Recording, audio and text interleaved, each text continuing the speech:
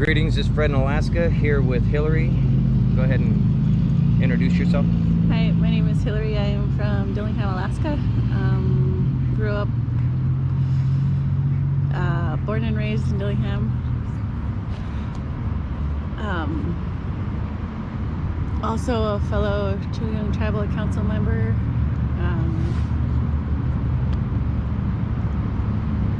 I know it's a little nerve-wracking being recorded or whatever. Just tell us a little bit about, you know, upbringing, what you heard, you know, the warnings you got, and, you know, just things of that nature. And Okay, so we were, as we're growing up, we went through a lot of the villages around the Nushagak River, Eka, Clark's Point, going up toward Portage Creek and Ekwak, Nusteha, Kaliganik. So I spent a lot of my childhood years in those villages, also up in Aleknagik. And so as kids we would like play outside a lot, and there was a lot of times where we were told that we need to stay out of certain areas because they would say that a hairy man would get us. So for example, like if we were in Ekwak or something like that, they'd tell us not to go over to this specific area or this specific cliff or bluffs or anything by the rivers, and if we did, then hairy man would get us. So you know what's funny when you bring that up, because between Sophie's Landing and Ekwak, there's a lot of warnings in that same area, that bluff you're talking about. Like when we'd be going upriver, it's like a dark spot. Even in a bright day, it's like something dark there. It's just real ominous. Anyway, please continue. Oh, that's right. So one thing I had mentioned to you before was that you know how they have those uprooted trees stuck Right into the ground, right, with the root ball the roots up. Yeah, the roots upside down. So I grew so accustomed to seeing those that it didn't even occur to me until probably in my teenage years that that wasn't natural. Like I've seen it so often.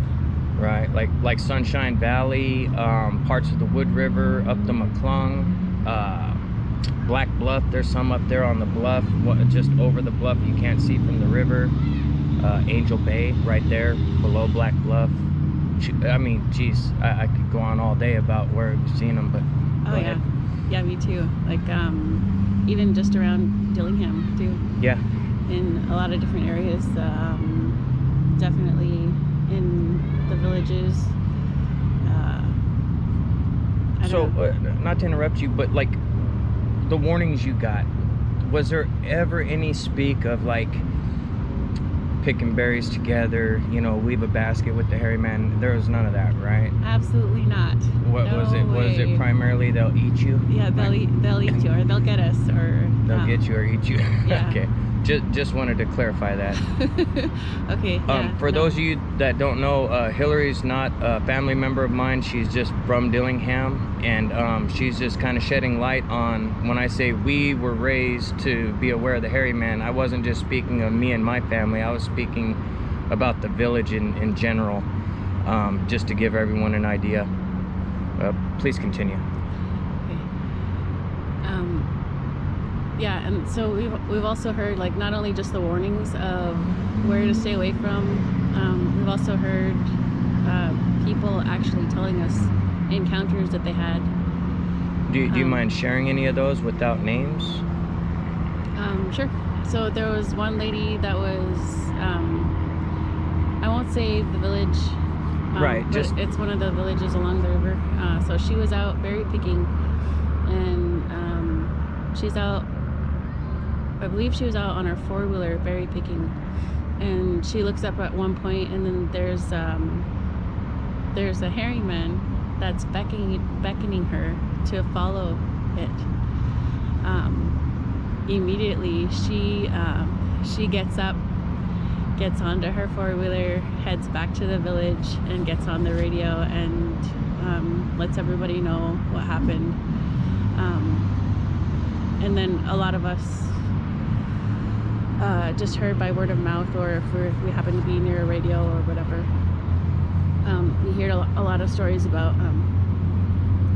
It seems like the berry picking one is often like. Yeah, I've it's a heard very one. common occurrence, especially up by like Snake Lake Road. You know Oh yeah. you know when you go up and just before you reach the cliff area that's off to the left, if you go around the base there, around to the right, going back towards the Leknagik, picking berries along that slope, there's a lot, like at least 5 that I've been told as of recently in that area with berry picking. Yeah, I remember hearing one over here even,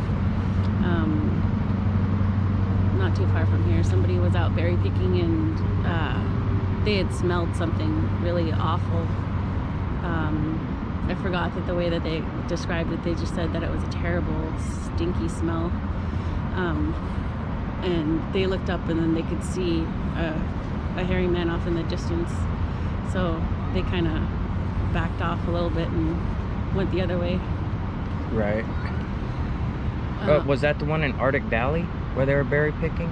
No, there was one over down off of KGB Road. Oh, okay. Down at the end, I forgot the name of it. Down by the Fish Creek or whatever, over that way, or out towards Point McKenzie. Point McKenzie, yeah. Oh, okay, Point McKenzie. So yeah, there was one out there. I'm trying to think of another one. There's so many to choose from. Actually, right, it's getting just... put on the spot too. You know, you got like at least 20 you could pull out of your pocket, but then you get put on the spot, and it's like, it doesn't have to be for something really dramatic. It's just mainly to express to people that there's a lot of mockery and discounting of Native heritage, and our heritage goes back thousands of years, and a lot of these people are holding tight to their institutional beliefs, and just dismissing anything any Native person has to say, and to me that's disgusting, because they learned how to live here because of us. They didn't just come with the knowledge of how to live here, you know what I mean? Oh, yeah. There was many that try and fail even to this day and still need guidance, from Alaskans to show them how to do it. But that's something else that I kind of wanted to talk about too, is that so growing up, I guess it kind of depended on what circles you were in, or it just became part of the stories, like it was just common knowledge. It wasn't ever a reason to be afraid to go out into the wilderness. It was just something to be aware of when you're out in the wilderness. Right, and that's why it's important, a lot of people, like you mentioned, getting on the VHF radio and just giving a warning that, hey, it's over there, hey, it's over here, we saw one wherever, just to give people the heads up, kind of like a warning on the weather moving in.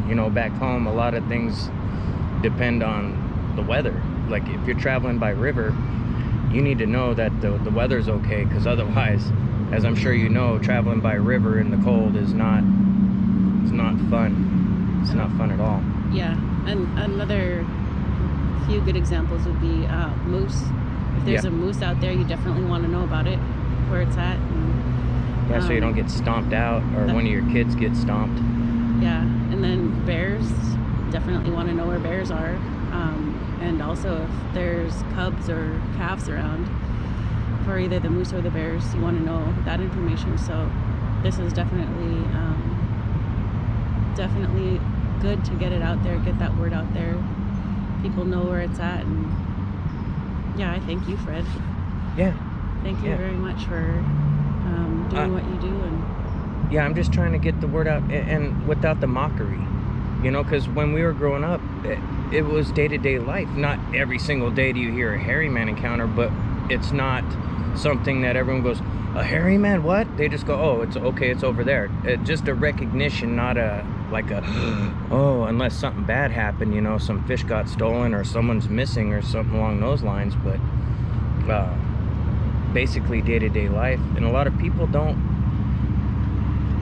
get it, because there's so many people that are really quick to judge with, oh, I haven't seen it, so therefore it couldn't be so.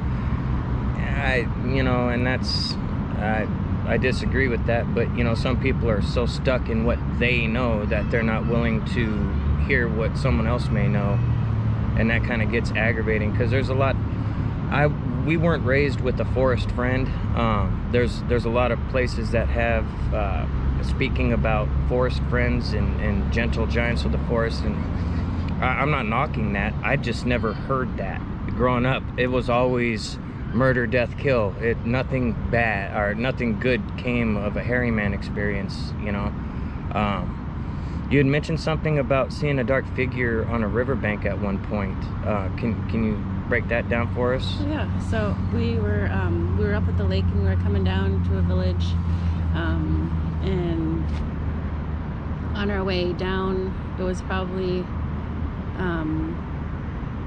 so the sun was beginning to get to about the horizon. Basically dusk. Yeah, almost dusk. Basically dusk. So we're or it was just before that. But anyway, we're coming around the bend, and there was this big black, well, dark thing just kind of coming out of the grass, and it just came like it basically got to that side of the river the same time we did, and as soon as it came out, it went back, like, because we were right there. So it basically like didn't fully come out, but was coming out, saw you guys, and just went right back in, kind of thing. Yes. Yeah, you had mentioned something about hearing bush pilots radioing sightings. Can you speak on that a little bit? Yeah. So we're back at home. There's a lot of the villages. They rely on VHF radio for communication, just like we do our cell phones. That's right. Yeah. So pretty much everybody has VHF radio back home. And to hear some of the drama that unfolds, man.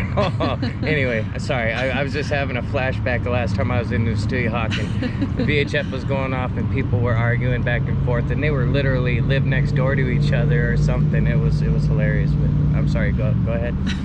That's all right. So back to the time where we had seen that thing come out of the grass. Right. So within like a day or two of that, there was an airline pilot that came over the radio and said, "Hey, village, make sure that you guys are careful when you guys go out. I just saw a very tall human-like figure walking across the tundra very fast." So did he state how far away from the village it was, or what, just be aware kind of thing? Yeah, just be aware. And then it was out on the tundra. Right. Now, when you would get warnings like that in that particular village or any village, what was the normal response to that? Would people bring their kids in, or would it be more of a depending on where it was? It's probably, it depended on where it was, and like when the sighting was or anything like that. I would definitely get my kids and bring them inside, especially around that time because they're so little, and they usually were just right out front anyway. But right.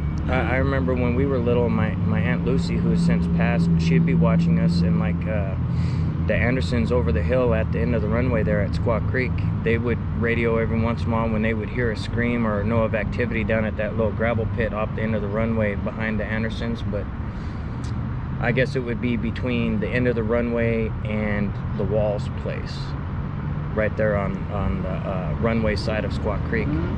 And they would VHF, hey, be aware, there's screaming, there's a hairy man in the gravel pit or whatever. And my Aunt Lucy would call us all in because we were at the time too young for fish camp.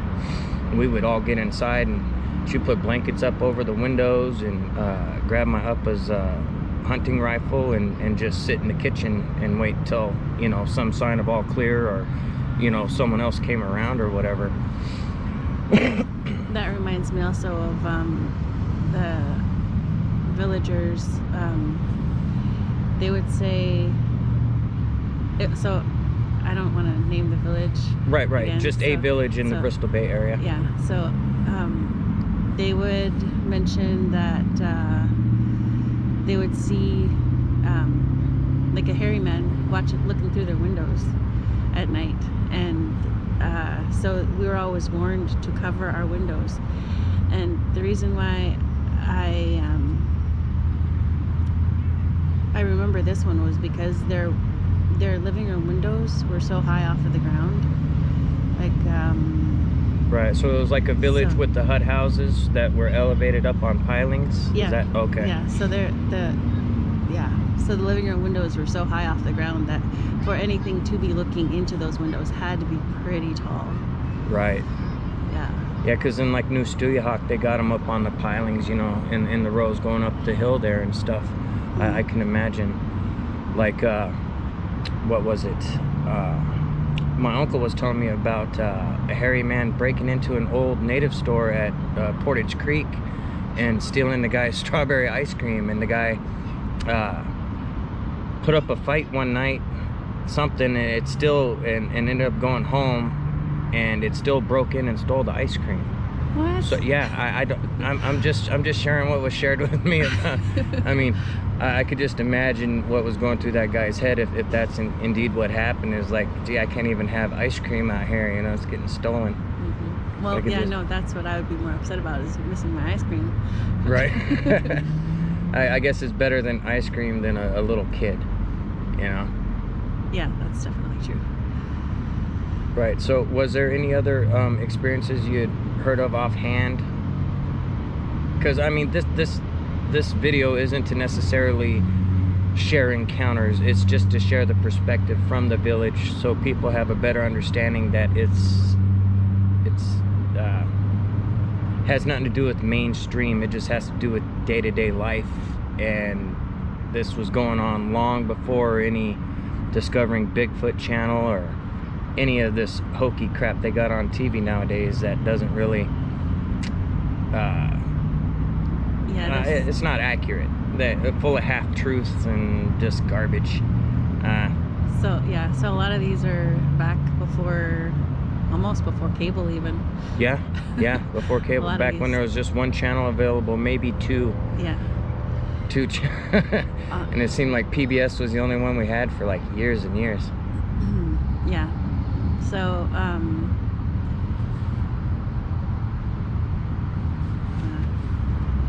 no, I thought of,